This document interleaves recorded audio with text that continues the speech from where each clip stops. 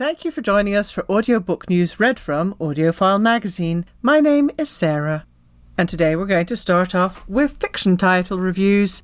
Hello Beautiful by Anne Napolitano, read by Maura Tierney. Maura Tierney brings understated warmth to Napolitano's story about the enduring bonds of family. William Waters, who was raised in a household devoid of affection, is swept into the boisterous Padavano family when he marries eldest sister Julia. Tierney precisely conveys the sisters' personalities. Sylvie, bookish, yet constantly seeking true love. Cecilia, artistic and brave. And her twin sister, Emmeline, the peacemaker. Tierney excels in bringing out the subtlest of emotions, especially as she describes how William's depression increases and affects the entire family.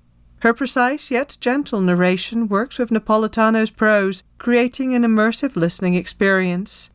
Listeners will be drawn into this affecting, tender story and moved by each character's struggle to find belonging and love, even when they come in unexpected places. It's available from Random House Audio, 15 hours long, unabridged. Trade edition, digital download, ISBN 978-059-366-4049 for $22.50. Books on Tape has a library edition. Digital download, ISBN 978-059-366-4056 for $95. Romantic Comedy by Curtis Sittenfeld, read by Kristen C. Kristen C. narrates the story of a contemporary relationship set just before and during the COVID pandemic. Sally Mills is a writer on The Night Owls, a late-night comedy show. When another average-looking man on the show becomes involved with a gorgeous woman, Sally knows the inverse would never happen, so she's shocked when host Noah Brewster appears interested in her.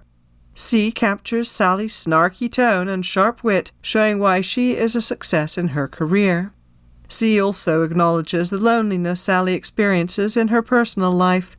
Noah sounds charming and pleasant, and while C portrays his decency, she also allows his frustration and doubt to show through. Both characters are complex, and C depicts them as flawed human beings who are struggling to connect. It's available from Random House Audio, 9 hours long, unabridged. Trade edition, digital download, ISBN 978-052-552-7862 for $25. Also available as CD. Books on Tape has the library edition, digital download, ISBN 978-052-552-7886 for $95. Swamp Story by Dave Barry, read by Dave Barry. There's a range of ways to make a pile of money down in the great swamps of southern Florida, from finding buried treasure to selling Bortle Brothers bait and beer t-shirts, or creating the perfect viral video for the TikTok generation. In his just happy to be here tone, Pulitzer Prize-winning humorist Dave Barry delivers the tale of down-on-her-luck Jessie Braddock, who hopes all her problems are solved when she stumbles across a trove of long-lost Confederate gold. But there are a few dozen nitwits standing in the way of that, including her ex-boyfriend, the Russian mob, the Everglades melon monster, and a clueless presidential candidate. Throughout, Barry sounds just as entertained and delighted by his crazy characters and his trademark gentle lunacy as his listeners will be. It's available from Simon & Schuster Audio, 7.75 hours unabridged. Trade edition, digital download, ISBN 978-179-715-5005 for $17.99, also a CD. Place of Cool Waters by Durango Githaiga, read by Lee Gürtel. Lee Gürtel masterfully portrays 27-year-old Jude Wilson, who travels to Kenya to pay homage to Robert Baden-Powell, who founded the World Scout movement. Gürtel joyfully recounts details of Wilson's outdoor experiences with his dad, a scoutmaster. As the story moves to Africa, Gürtel excels at depicting Nairobi and remote villages, which he brings alive with his Kenyan and Somali accents and Swahili words. When Wilson meets Kadir Mohammed, who runs the hostel where Wilson stays, the two discover they're both orphans, and an enduring friendship that will prove valuable is formed. Vividly described 2013 terrorist attacks make the nation of Kenya seem like a living character. Gertl skillfully creates a "you are there" ambience when Wilson is kidnapped while unwisely travelling to a remote cemetery. It's available from Bon Esprit Books at a length of 5 hours unabridged. Trade edition digital download for $19.95. Fire Rush by Jacqueline Crooks, read by Leonie Elliott. Leonie Elliott, an accomplished actor, is the perfect narrator for this remarkable debut novel. She is black and British like the book's heroine, Yamaye, and has similar Jamaican roots. This dark story covers disturbing topics such as sexual abuse, police brutality, and drugs. The opening moves from a council estate near London to the Bristol underworld to a Jamaica filled with magic, mystery, self-discovery, and danger. Yamaye's voice is angry, proud, and lyrical. Music and dance, dub reggae, play an important role in this story, and Elliott has a sweet, evocative voice. She captures the island vibe and excels at speaking in Jamaican patois. The author is fortunate to have such a gifted narrator for her powerful black feminist novel. It's available from Penguin Audio, 11 hours long, unabridged. Trade edition digital download, ISBN 978-059-3670842 for $22.50. Books on Tape has the library edition digital download, ISBN 978-059-3670859 for $95. And now for an interview with the author S.A. Cosby by Ellen Quint. S.A. Cosby is the author of Razorblade Tears, Blacktop Wasteland, My Darkest Prayer, and his latest Earphones Award winner, All the Sinners Bleed, as well as the recently released children's audiobook The Rhythm of Time, which Cosby co-wrote with Questlove. In our recent interview with the author, Cosby shares the challenges of creating his newest protagonist in All the Sinners Bleed and his love of audiobooks. Audiophile. Let's talk about the first black sheriff in Sharon County, Virginia, Titus Crown. What challenges did he present to you? S.A. Cosby. Most of the characters I have written have been criminals who don't pay attention to the rules. With a sheriff, it's much more difficult. You have to create a compelling character, but somebody who follows the rules. I wanted Titus to be naive in a way. He really believes the apparatus of the law can be applied equally, and he learns that's not always the case. I'm a big comic book fan. One of my favorite characters is Batman. I'm not such a big Superman fan. Superman is perfect, and perfect people are kind of boring. Batman, on the other hand, has a lot of moral complexity. I wanted to give Titus some of that. But it was constraining because he must use his brain way more than my other characters do. Titus had to do mental gymnastics. Audiophile. So do you have to be smarter than Titus? You always must be a couple steps ahead of him. S.A. Cosby. No. Titus is way smarter than me. I wanted to have clues that only he can piece together. He's the one that can see the pattern. The way he pieces things together, the way he sees the world, was fun to work a narrative around. I didn't want the clues to be so easy that it was obvious. But at the same time, I wanted the reveal to show his intellectual capabilities again, in addition to his intuition.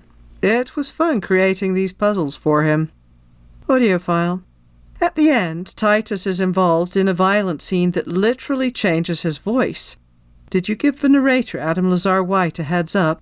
S.A. Cosby. No, poor Adam. He didn't get any heads up on it, which is funny because I intended this book to be a standalone, but a lot of people are saying we'd love to see Titus come back. And now I feel bad because I don't know if Adam is going to be able to do that voice for another whole book. Audiophile. Are you involved in the production of your audiobooks? S.A. Cosby. I do have some involvement. I'm sent audition tapes of the narrators. I will say that the moment I heard Adam's audition tape for Blacktop Wasteland, I knew he had to record that one because of the voices he came up with, especially the way the voice he did for Bug was the way I heard him in my head. And then he did such a great job with Blacktop. I asked if he would be interested in doing Razorblade Tears. The voices he came up with for Ike and Buddy Lee were incredible. He's such a talented performer who creates distinctions even with Southern voices. It would be easy to muddle them, but he does an incredible job of making it obvious who's talking. He does a great job of making Titus so distinct a character. Audiophile. Do you listen to your own audiobooks? If yes, what do you learn by listening to them? S.A. Crosby. Oh yeah, I love listening to them. On a long ride to North Carolina, I recently listened to Razorblade Tears. I got to the end and it moved me. It created another dynamic. For instance, one of the villains in Blacktop is very creepy, but I didn't realize how creepy he was until I heard Adam's performance. The biggest thing is, as a writer, you doubt your storytelling abilities. When I listen to the audios, I can hear the way the story structure keeps you on the edge of your seat. So listening to my audiobooks hopefully makes me a better writer. Audiophile. Can you elaborate on what differentiates Southern noir? S.A. Cosby. Southern noir is basically crime fiction that is both existential in spirit, in humanity, also existential in nature. Death is very close at hand. With Southern noir, there is a sense that the world around you is very actively trying to kill you, to grind you down, and take away the things that make you happy. You have to actively fight back in a very physical way. And I think in rural noir, the veil between the natural world and civilized world is much thinner. Audiophile. Anything you would like to add about All the Sinners Bleed? S.A. Crosby. It's a Southern Gothic murder mystery with all that entails. Class issues, race issues, religion and sex. Maybe not in that order. I hope it's a part of that long storytelling tradition in the South and that people enjoy it. And now for a review of All the Sinners Bleed by S.A. Cosby, read by Adam Lazar White. Narrator Adam Lazar White draws listeners into the thought-provoking story of Titus Crown, the first black sheriff in the small Virginia county of Cherokee. As listeners enter Titus's world, he is faced with a shooter at the high school, a neo-Confederate group on the march, and a serial killer terrifying the town. Lazar White masterfully portrays people of multiple races, old and young. He also delivers Cosby's reflections on family, grief, and faith with genuine introspection and without distracting from the tense plot lines. When the final battle between good and evil leaves Titus's larynx damaged, Lazar White seamlessly conveys the changed man's new voice. This is a gripping, timely tale, beautifully told. It's available from Macmillan Audio, 13 hours long, unabridged. Trade edition, digital download, ISBN 978-125-0897626 for $26.99. Also available as CD. And more listening from S.A. Cosby includes Birds of Prey by Kelly Armstrong, Ace Atkins, C.J. Box, Alison Brennan, S.A. Cosby, and others. Read by Lisa Flanagan, Nikki Endress, Fred Berman, and others. Available unabridged from Audible, Trade Edition, digital download. Blacktop Wasteland by S.A. Cosby, read by Adam Lazar White. Macmillan Audio has this unabridged, Trade Edition, digital download.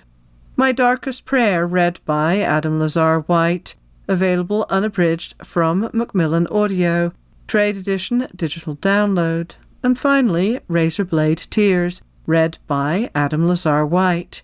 Available unabridged from Macmillan Audio, Trade Edition, digital download. And staying with mystery and suspense titles, we have The Donut Legion by Joe R. Lansdale, read by Joe R. Lansdale, Casey Lansdale, Finley Stevenson, January LeBoy, Mark Vietor, Brad Sanders, and Greg Littlefield. As Joe R. Lansdale portrays ex-Private Eye Charlie Garner, he gives the role a Mike Hammer flavor with a Texas twang. The appearance and disappearance of Garner's ex-wife sends him on the trail of a cult that is linked to donut shops. He gets help from his brother Felix, voiced in a chiding tone by Greg Littlefield, a writer nicknamed Scrappy, voiced with a gung-ho attitude and a touch of combativeness by Finley Stevenson, and Felix's girlfriend, Cherry, a lawyer who is voiced with skepticism and the occasional touch of anger by January LeBoy. Their investigation runs afoul of Police Chief Stone, voiced by Brad Sanders. Even fans of a hard-boiled detective genre will enjoy the surprising humour brought to this mystery by Lansdale and the rest of the cast. It's available from Hachette Audio, 7.5 hours long, unabridged. Trade edition digital download, ISBN 978-154-918-7100 for $24.99. 0 Days by Ruth Ware, read by Imogen Church. Imogen Church performs this suspenseful mystery with conviction. Jack and her husband Gabe work in the security field. She checks for penetration and he hacks computer systems. After a long night working on a test gone awry, Jack returns home to find Gabe dead. Church delivers a compelling narrative of anguish, confusion, and mental fatigue with a strained, shaky voice and well-timed pauses.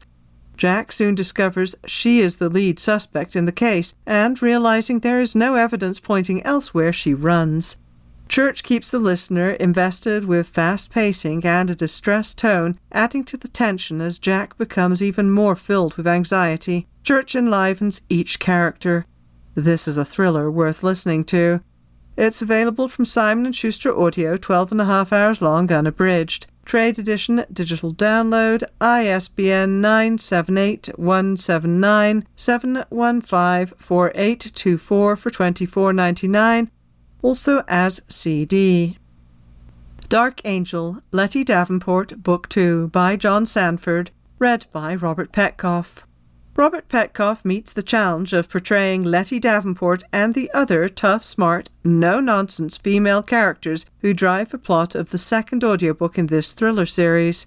Petkoff also masterfully performs the many male characters, including a group of Russian mobsters.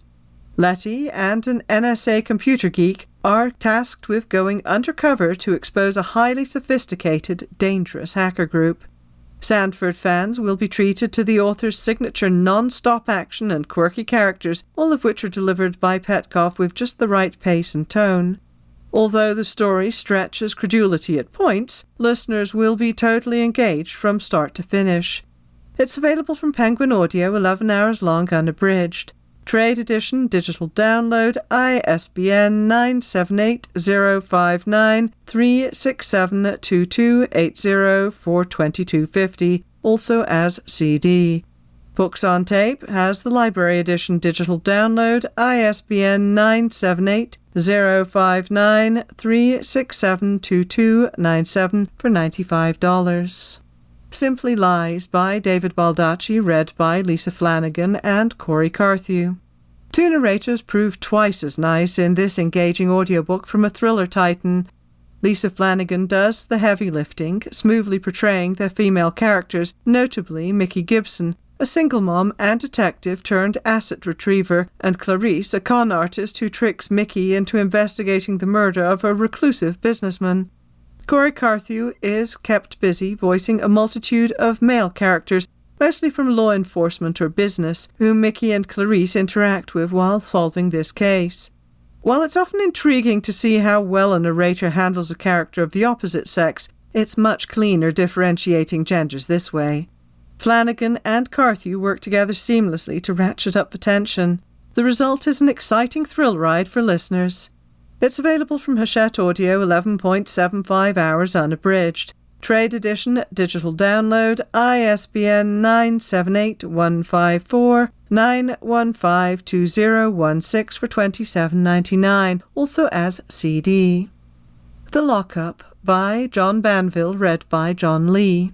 Audiophile Golden Voice John Lee brings Booker Prize winner John Banville's circuitous mystery clarity, assurance, and intelligence. After a young woman's body is found in a lock-up garage after what appears to be a suicide, Dublin pathologist Dr. Quirk discovers signs of foul play. Quirk and D.I. Stratford, attempting to put aside their personal animosities and resentments, begin a murder investigation. In Banville's fourth crime story featuring the duo, Lee creates a turbulent mood that reflects post-war Dublin in the 1950s. He provides credible characters with spot-on Irish lilts and authentic personalities. Moving from Italy to Nazi Germany in the Holocaust, from Ireland's deep-rooted anti-Semitism to its opposition to women's rights, The audiobook is best when revealing personal backstories. Lee's outstanding performance doesn't miss a nuance. It's available from Harlequin Audio, 8.5 hours long, unabridged. Trade edition digital download, ISBN 978-148-822-8032 for $27.99. And now let's finish off with some children and family listening titles.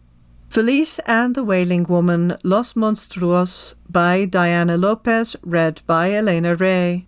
Elena Ray will captivate listeners with her command of accents, which are intentionally comical or subtle, depending on the character she is portraying.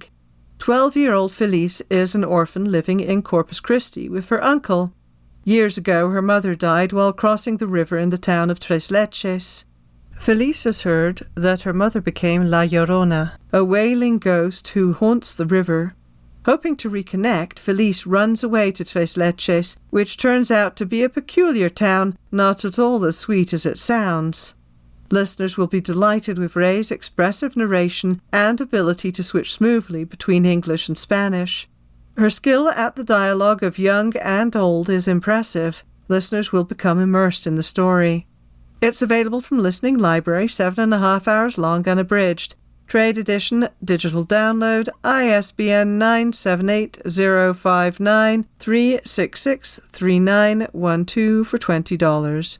Library edition, digital download, ISBN 978-059-366-3929 for $50.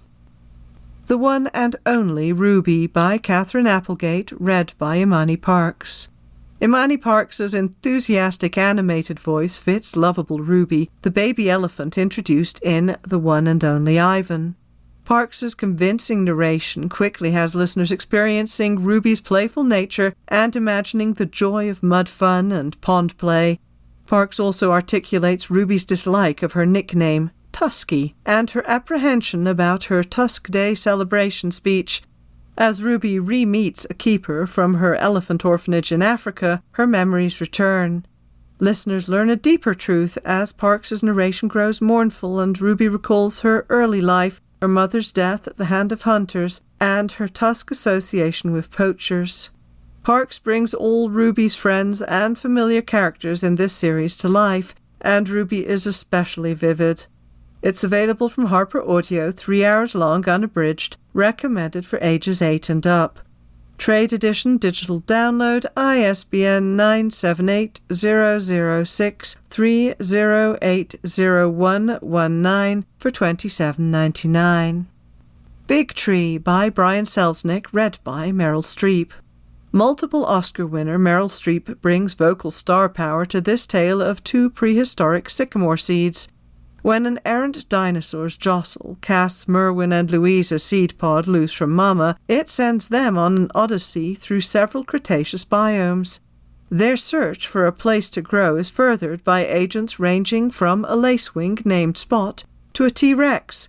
It's both an adventure and a meditation on time, given texture by Streep, whose distinct characterizations pop against her soothing narration.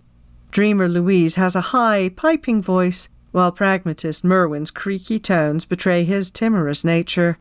Listeners who consult the print edition will discover that narration has been added to carry them over stunning wordless sequences, but the audiobook's consistent seed's eye view lends it a beguiling intimacy. It's available from Scholastic Audiobooks, 2.5 hours unabridged, recommended for ages 6 and up. Trade edition digital download, ISBN 978-133-9004006 for $31.99. And that is it for me for today. Thank you for joining us for Audiobook News. My name is Sarah.